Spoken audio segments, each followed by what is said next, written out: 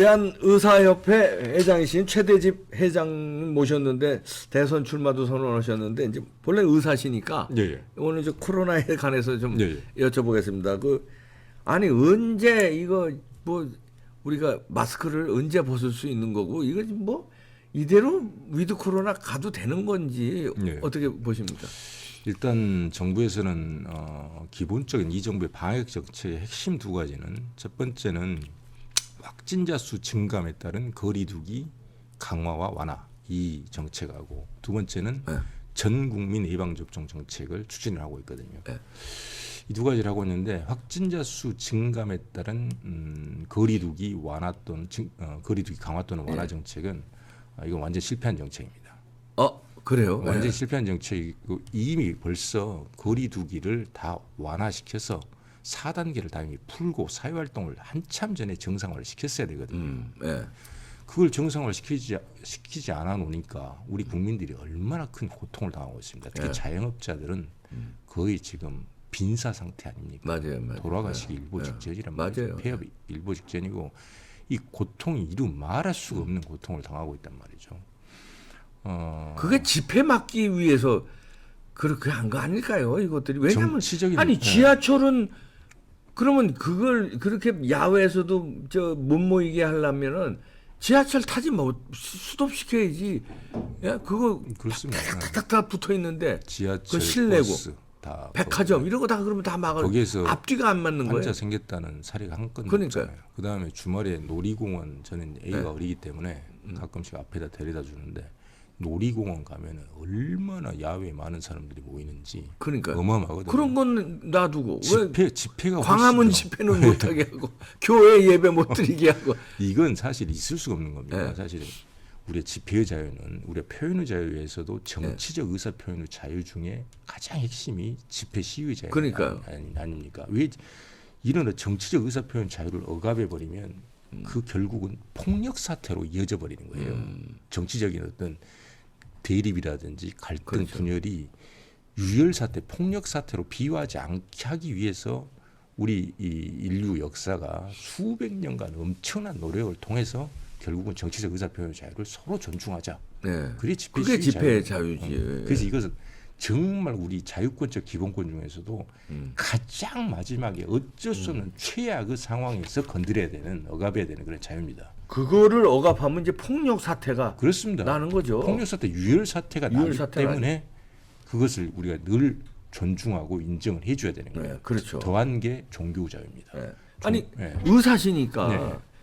이거 지금 백신 지금 뭐 맞아라 그래서 지금 온 국민이 지금 맞고 있는데 많이 맞았는데 이게 또 뭡니까 돌파 감염돼 가지고 뭐 부스터샷 맞아야 되고 부스터샷 맞으면 괜찮은 건지 그러면 또 뭐 4번 5번 맞아야 되는지 예. 백신 맞으면 괜찮은 거예요? 일단은 그래서 백신에 대한 어떤 정책을요 전 국민 접종률을 최대한 올리는 방식의 그런 백신 접종 정책에 저는 반대한다는 입장을 오래전부터 냈습니다. 일단은 이 코로나가 60대 이상 고령층하고 말 그대로 기저질환을 갖고 있는 고위험군에서 위험한 질환이기 때문에 치명률이 높지 않습니까? 그래서 60대 이상 고령층하고 고위험군에서는 최대한 올려야 된다. 뭘 올려야 돼요? 백신 접종률을 올려야 되고 그다음에 40, 50대는 좀 적극 권고 정도 그리고 20, 30대는 저는 원하는 사람만 맞으면 된다. 왜냐하면 우리 전 국민 예방 접종 정책이 이게 그 의미를 가지려면은 젊은 사람들은 20대, 30대, 19세 이하는 아예 사망률이 없고요. 네. 제로입니다. 제로. 20대, 30대도 거의 아니 오히려 백신 맞고 사망한 건 있잖아요. 오히려 그 부작용으로. 지금 19세 이하에서는 오히려 백신 접종으로 인한 부작용이 오히려 훨씬 더 상회할 가능성이 굉장히 크죠. 20, 30대 같은 경우는 20, 30대가 그럼 전 국민 예방 접종을 동참해야 되는 이유는 어떻게 보면 사회를 위해서 본인들이 조금 희생을 하라는 거예요. 단 근데 그건 전제가 뭐가 있느냐? 백신을 맞았을 때 바이러스에 감염이 되고 백신을 맞고 나서 바이러스에 감염이 되면 바이러스를 많이 배출시키지 않는다. 전파 차단의 효과가 있다는 것이 확실할 때 백신 젊은 사람들한테 백신을 맞으라고 할 수 있는 거거든요. 근데 아직 그런 연구는 없나요? 그걸 이제 간접 보호라고 합니다. 네. 백신을 맞아서 중증률하고 치명률이 그대로 낮아지는 네. 것은 자신에 대한 직접 보호 효과라는 네. 것이고 전파 차단 효과가 확실히 있어서 다른 사람을 감염시키지 않음으로써 다른 사람을 보호해 주는 거예요. 네, 특히 네, 고위험군을 보호해 주는 네. 걸 간접 보호 효과라고 하는 거거든요. 근데 델타 변이는 백신을 지금 현재 나온 모든 종류의 백신을 맞아도 델타 변이에는 감염이 되고 전파력이 그대로 안 맞은 사람하고 똑같이 있는 백신이 거예요. 이게 상관이 없네 델타 변이. 그러니까 백신의 간접 보호 효과가 없어버린 거예요. 없어져 버리고 델타 변이가 우리나라 지금 현재 퍼센티지가 어느 정도 됐는지 이제 객관적 연구를 해봐야 되는데 지배종이 되어 있는 건 확실합니다. 델타 변이 바이러스가 압도적으로 많다는 것이죠. 그러니까 백신에 대한 간접 보호 효과는 없는 거예요. 없네. 그러니까 그럼. 20, 30대들은 본인이 특수한 환경이 있지 않습니까? 네. 뭐 의료 업에 종사하고 있다든지 네. 네, 해외를 자주 나갔다 와야 된다.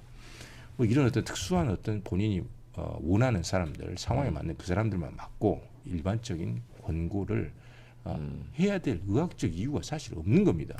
이 정부에서는 20, 30대도 사망률이 그래도 아주 낮지만 있기 때문에 이걸 확 낮춰준다. 네. 낮춰주기 때문에 맞아라. 그것도 객관적으로는 사실은 그 객관적 데이터가 있기 때문에 그것도 근거는 있는 얘기입니다. 하지만 그건 개인이 선택하면 되는 거죠. 멀쩡한 그냥 백신을 안 맞아도 감염됐을 때 대부분의 99.99%는 무증상이나 경증으로 끝나는 거거든요. 네. 그러면 그냥 개인이 결정하면 되는 거예요. 나는 아주 드문 확률이지만 중증이나 사망으로 발생할 게 나는 두렵다. 그럼 맞으면 되는 거고 20, 30대도. 그렇지 않은 사람들은 나는 그냥 이거 뭐 저기 그 정도 리스크는 감수하고 그냥 뭐 걸리면 그냥 뭐 자가격리하고 증상 치료하고 낫겠다. 그러면 안 맞으면 되는 거고. 그러니까 예방접종 정책은 백신 정책은 제가 말씀드린 그런 방식으로 정책을 하게 되면 말 그대로 고령층하고 고위험군의 백신 접종률이 90%까지 올라갔다. 이건 빨리 할 수 있는 거거든요. 많지가 않으니까. 네. 초기 백신 물량이 적었다. 그러면 거리두기를 완화하면 그때 완화하면 되는 거거든요. 거리두기 완화하고 거리두기 완화하면 당연히 확진자 수는 늘어나겠죠. 네. 늘어나면 어떻게 하느냐? 자택 격리를 하면 되는 겁니다. 자택 격리 일주일. 그 중에서 모니터링해서 아주 소수 사람들이 이제 좀 중등도 이상, 중간 이상 증상이 되게 되면 코로나 전담병원으로 이송하고 이런 시스템으로 가게 되면은 사회 활동, 경제 활동, 교육 활동, 사회 활동을 정상화시킬 수가 있고 동시에 코로나에 대한 어떤 사망률도 줄일 수 있고 저는 이제 거기에 더해서 영국 같은 모델은 저는 찬성하지는 않거든요. 영국은 다 풀어버렸잖아요. 실내에서 마스크도 완전 다 풀어버렸는데 네. 저는 제한적 전파 차단 노력은 해야 된다. 그게 마스크는 개인 써라. 거예요. 실내에서 마스크는 써라. 실내에서 마스크 그리고 써라. 1m 정도 거리를 두기를 하고 그리고 손위생 철저히 해야 되고 그리고 진단 역량을 강화해서 누구나 빨리 진단받아서 확진됐으면 집에서 자택격리 일주일 요렇게 하게 되면 확진자 수도 어느 정도 좀 늘더라도 관리하고 사회활동 정상화하고 고령층하고 고위험군은 우리가 또 보호하고 생명을 보호하고 이렇게 해서 결국은 안정적으로 관리하면서 나가야 되는 거거든요. 그런데 안 하고 있지 않습니까, 이 사람들? 그러게. 아니 나는 이제 뭐 의사가 아니죠. 상식적으로 이 정도 과학이 발달됐으면은 치료제가 이게 간단한 치료제가 나올 텐데 왜 안 나오는 겁니까? 백신 팔아 먹으려고 일부러 안 내놓는 겁니까? 그것은 치료제 나오면 간단한 거 아니에요? 사실은 이제 치료제가 나오면은 굉장히 좋은데요. 이 바이러스 특성이 계속해서 변이를 일으키고 바이러스는 유전 물질 DNA나 RNA하고 거기 단백질들이 있어서 아주 간단하단 말이에요. 그러면서 변이를 일으키기 때문에 항바이러스제 개발이 약물 개발 중에 제일 어렵습니다. 그래요? 계속 변이를 일으키게 되니까. 그래서 하지만 이제 유효한 항바이러스들의 여러 가지 지금 에이즈까지도 완치는 아니지만 관리를 할 수 있단 말입니다. 그래서 이제 최근에 그 미국 머크사에서 MSD에서 몰루피라빌이라고 그런 이제 긴급 승인을 요청해 곧 나올 거란 말이죠. 그냥 먹는 알약입니까? 경구 치료제입니다. 뭘 먹는 거예요? 하루에 2번, 5일간 먹는 거. 그렇게 이제 나오는데 이 약물이 그렇게 어떤 그 코로나하고 이 싸움을 근본적으로 어떤 좀 용이하게 바꿀 만큼 그만큼 효과가 좋지가 못해요. 아, 그러면 코로나를 종식시킬 약은 아직 없다는 없다는 거네. 그래서 사실은 그 가격도 너무 고가고요. 그 한 거의 우리 돈으로 5일 먹는데 80만 원 정도 하거든요. 그래서 너무 고가고 이 약은 지금까지 나온 자기들 임상 데이터는 경증 또는 중간 정도의 증상을 가진 코로나 확진 환자의 입원의 위험도를 50% 정도 낮춰준다는 거예요. 입원 위험도를. 그러니까 그다지 큰 효과가 뭐 없다는 거예요. 뭐 완치시키는 게 아니라 50% 낮춰주는 50%, 거 정도. 50% 정도는 경증 중등으로 그냥 거기서 완치가 되고 50%는 이제 좀 더 진행이 돼서 좀 중증으로 진행이 돼서 하는데 미국에서는 이게 효과가 그 어느 정도 80만 원 이 약이 경구약이 상당한 어떤 사회적으로 상당히 어떤 효과를 발휘할 수 있는 게 비용 문제 때문에 미국은 한번 입원해 버리면 어마어마한 비용이 들어가지 않습니까? 그러니까 경구로 이 약을 줘서 80만 원어치 약을 줘서 50%만 입원율을 감소시키고 그것도 경제적으로 괜찮네. 엄청난 효과가 있는데 그것도 엄청나네. 우리나라는 그런 상황이 아니거든요. 약값 자체가 너무 비싸고 그래서 근데 앞으로 지금 계속 저기 코로나19에 대한 어떤 치료 제한 바이러스가 개발이 되고 있기 때문에 여기에 우리가 사실은 기대를 걸어야 됩니다. 실내 마스크를 그럼 언제 벗을 수 있는가? 사실 우리들 그 위드 코로나로 또 우리는 시작을 아직 못했지만 언젠가는 벗어야 될 거 아닙니까? 그렇죠. 언제 벗어요? 언제 벗을 수 있느냐? 저는 예. 효과적인 경구 치료제가 적절한 비용에 효과적인 경구 치료제가 의사들이 확진 검사 없이 임상적 의심만으로도 바로 투여할 수 있을 때 효과적인 경구 치료제라는 것은 이걸 먹었을 때 증상 발현 48시간 이내에 이 약을 투여했을 때 한 번 투약으로 바이러스 배출이 80, 90%가 떨어져 버린다. 한 번 투약으로. 예. 타미플루라는 약이 80, 90%까지는 안 나더라도 독감에 대해서 상당히 효과가 있거든요. 그러니까 그런 상황이 오면 실내 마스크를 벗을 수가 있어요. 왜냐? 내가 조금 의심된다면 바로 병원을 찾아가서 의사가 확진 검사할 필요 없이 의심된다. 약을 바로 투약을 해버리면 되는 거거든요. 근데 비용이 너무 비싸면 또 감당이 안 되지 않습니까? 그렇게 되는 상황이 오게 되면 우리가 진짜 독감 수준으로 관리할 수 있는 거예요. 실내 마스크 벗어도 괜찮습니다. 그런 상황이 빠른 시일 내에 올 것 같습니까? 정말 쉽지는 않은데 근데 계속해서 약물들을 개발하고 있으니까 이제 약물들의 어떤 개발 현황을 보고 거기에 대해서 저희들이 뭐 국내에서 개발되기는 힘들고요. 저기 미국하고 유럽 쪽, 일본 쪽에서 개발되는 그런 상황들을 보고 저는 거기에 가장 큰 기대를 갖고 있습니다. 조금만 더 지켜보면 이제 그 시기가 나올 수 있겠네요.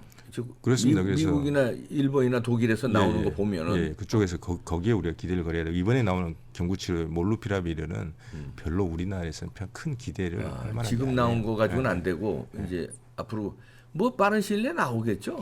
저는 아직 그거는 예측이 상당히 어렵습니다. 코로나는 놈이 또 지금 나온 지가 지금 한 2년도 안 되고 계속 변이를 일으키고 델타, 람다, 뭐 아이오타 변이도 여러 변이들이 지금 있거든요. 확산되지는 않아서 그렇지. 그래서 좀 이런 경구 치료제도 나왔으면 정부에서 이 치료제의 의미가 정부가 하는 일이 뭡니까? 전문가를 불러놓든지 아니면 그 안에도 질병관리청에 의사들 많잖아요. 브리핑할 때 정확히 이야기를 해줘야 될 거 아니에요. 국민들은 이제 경구 치료제 나왔으니까 이거 이제 코로나고 굉장히 좋아지는 거 아니야? 특히 코로나로 고통받고 있는 자영업자들. 그 자영업 관련돼서 먹고 사는 사람이 1,500만, 2,000만이에요. 우리나라. 그러니까요. 엄청나죠. 요만한 것에도 기대를 가질 거 아닙니까? 정확히 말씀을 해줘야 된다. 국민들한테 이런 상황이고 그리고 빨리 지금 당장이라도 이 거리두기 단계 다 풀어버려야 돼요. 영업 제한 다 풀어버려야 됩니다. 대신 확진자가 더 많이 나오는 건 감수를 해야 되는 거예요. 감수하고. 자택 격리를 하고 적극적으로 자택 격리 국민들이 적극적으로 협조해야 되는. 우리나라는 지금까지 보니까 1년 9개월 동안 보니까 우리나라 사람들, 우리나라 국민만큼 방역에 협조적인 국민이 없습니다. 없어요. 얼마나 협조 잘합니까 우리? 일본 집회도 안 하고 일본 국민이 제일 비슷한데 일본 국민보다 우리나라 국민들이 더 잘해요. 진짜 착해. 우리는 시키는 대로. 그러니까 저는 깜짝 그리고 의료 역량도요. 백신 접종을 시작해 보니까 1차 의원급 의료 동네 의원들이 참여했지 않습니까?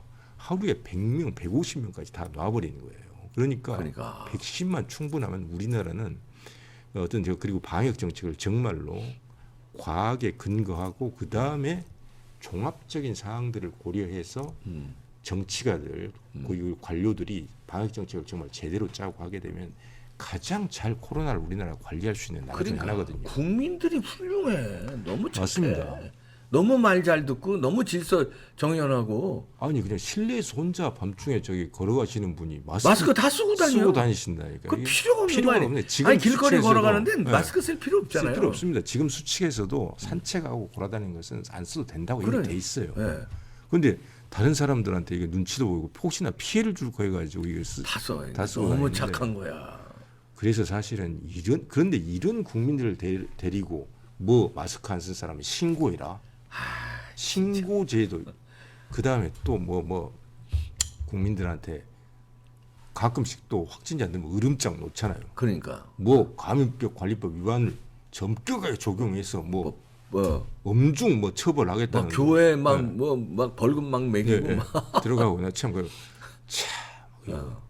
웃기지도 않아요. 그런 사람들은 저기 저 유럽 이런 데 가가지고 막 가서 한번 저기 관료 생활 한번 해봐야 돼요. 거기는 난리 나버리지 않습니까? 루마니아 같은 나라는 전 국민 백신 접종하라고 했더니 왜 니들이 뭔데 접종하라고 하냐고. 그러니까 뭐 대규모 집회 일어나서 불질러 화형식하고 난리 나버렸어요. 우린 착해 진짜. 아니 이거 마지막으로 요거 한번 여쭤보. 확진됐던 사람은 예. 확진돼서 이제 극복한 거 아니에요? 예. 극복한 사람은 예방접종 백신 안 맞아도 되는 겁니까? 그래도 맞아야 되는 원칙적으로는 안 맞아도 되는데요. 네. 일단 그 기본적인 어떤 면역을 획득했지 않습니까? 예, 획득했으니까. 그 코로나19에 대한 면역을 획득했는데 아직 이게 영구 면역으로 갈지 이게 어떤 가면서 이 우리가 기억 그건 아직 안 비세포, 나왔구나. 메모리 비세포라든지 아직 잘 모른단 말이에요. 그러니까 아니 예방 접종도 영구 면역 되는 게 아니잖아요. 아직은 잘 백신도. 모릅니다. 영구 면역이 될 것이라고 주장하는 아주 유력한 학자들이 있는가 하면 네. 항체 역할을 조사해 보니까 계속 떨어져서 이건 나중에 저 부스터 샷을 일반적으로 해야 된다고 아직 데이터를 잘 그러니까 몰라요. 백신도 연구가 아니면 한번 확진된 사람도 연구가 될지 안 되고 똑같은 애. 일단은 추이를 좀 보시면 될 것 추이를. 같아요. 백신 접종 일단 하지 말고 한번 했던 분들은 한번 코로나 걸렸던 분들은 예. 우리가 홍역 백신 같은 경우는 그 MMR이라고 해서 어렸을 때 몇 번 맞고 더 끝내잖아요. 네. 영구 면역이 획득이 됐다는 얘기거든요. 그러니까 이런 어떤 그 백신들 그런 사례들이 있기 때문에 그런 많은 사례들이 있기 때문에 독감 같은 경우 매년 맞는 것은 매년 변이를 일으킨 놈들이 확산이 되기 때문에 그래서 이제 매년 예측을 해서 이제 하는 것이고요. 그래서 걸렸던 분들은 일단 추이를 좀 보시는 게 좋겠다. 그보다. 평소에 하여튼 면역력을 좋은 몸 관리를 그러니까 면역력에 좋은 음식 먹고 그다음 운동하고 스트레스 받지 않고 몸 관리 잘하는 게 제일 중요하겠네. 그리고 손 잘 씻고 실내에서는 마스크 쓰고 손 잘 씻고 손 잘 씻는 게 마스크만큼 중요하죠. 마스크 쓰고 손 잘 씻고 이런 거 평소에 몸 관리 면역 강화하게 하는 게 정도겠습니다. 그리고 이제 치료제가 나오는 거는 추이를 봐서 너무 공포 분위기 조성하고 너무 겁먹을 필요 없어요. 코로나19는 더 이상 치명적인 질환이 아니다. 정부가 공식 선언을 해줘야 돼요. 실제 그게 아니니까. 그냥 감기 바이러스의 일종 그 정도 아니에요. 그 정도까지는 아니고요. 독감, 인플루엔자보다는 조금 높은 수준에서 관리하면 된다. 그럼 이걸 선언을 해줘야 된다. 너무 겁먹을 필요 없어요. 맞습니다. 그리고 겁먹어서 스트레스 받아서 오히려 건강이 위험할 것 같아요. 그렇다니까요. 이게 기침만 나도 이거 되는 거 아닌가. 그 기본적으로 야외 산책 나가고 하실 때는 마스크 안 써도 되고, 근데 이제 막 밀집되는 공간 알아서 그냥 쓰시면 돼요. 권고. 지하철이라든가 이런 데는 쓰고 실내는 쓰고. 근데 이렇게 거리 두기 좀 하고 손 잘 씻고 그렇게 하면 될 것 같습니다. 아이고 고맙습니다. 여러 가지. 최대집 전 대한의사협회 회장인데요. 대선 출마를 또 하셨으니까 많은 관심 바랍니다. 그리고 이런 책도 나왔는데요. 나는 최대집이다. 애국운동하는 자전적 에세이 같은 거니까 관심 가져주시기 바랍니다. 마치겠습니다. 고맙습니다.